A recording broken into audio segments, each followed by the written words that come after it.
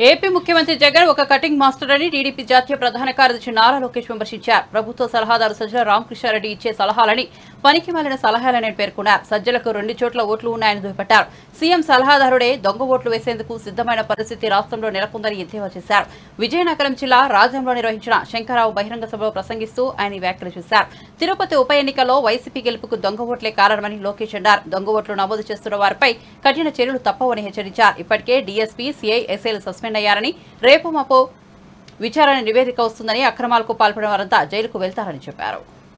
శంకరరావు సమావేశానికి విచ్చేసిన ఎన్నికల ముందల 6500 కానిస్టేబుల్ పోస్టులు. ఆయన వాస్తవంగా ఒక సైకో, ఒక బస్ మాస్టరుడు. హిట్లర్ గురించి విన్నాం కదా, సద్దాం హుస్సేన్ గురించి విన్నాం కదా, అలాంటి వ్యక్తి ఈ సైకో జగన్. ఈ సైకో జగన్ ని చూస్తే చాలా జాలి వేస్తుంది. మనం చేసిన మంచి పనుల మీద రంగులేసి నేను చేశాను అంటాడు. మనం కట్టిన టిట్కో ఇల్లు పైన రంగులు వేసి నేను కట్టానని చెప్పుకుంటాడు. మనం కట్టిన అన్నా క్యాంటీన్లు మూసేసి రంగు మార్చి అక్కడ సచివాలయం తీసుకొచ్చి చేశానని పెద్ద ఫోజులు కొడతాడు. అంతెందుకు, మన భూమి మనం కొనిన తరతరాలుగా మనకు వచ్చిన భూమి పత్రాల పైన కూడా ఆయన ఫోటోలు, ఏకంగా సర్వే పేరులతో రాళ్ళ పైన కూడా ఆయన ఫోటోలు. ఇప్పుడు కొత్తగా అంటున్నాడు మీ బిడ్డ మీ బిడ్డ మీ బిడ్డ అని.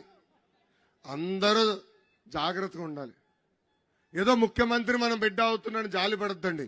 మీ బిడ్డ అని ఎందుకు అంటున్నాడంటే, పొరపాటున ఇంకోసారి ఎన్నికలు గెలిస్తే మీ బిడ్డని కదా, మీ భూమి నాకు ఇవ్వండి అంటాడు. అది ఈరోజు జగన్ పరిస్థితి. చంద్రబాబు గారు లాగా ఏదో మంచి పేరు తీసుకురావాలని ఇమేజ్లు కొట్టాడు. కానీ అది సాధ్యం కాదు. ఎందుకో తెలుసా, జగన్ అంటే ఒక జైల్, బాబు గారంటే ఒక బ్రాండ్.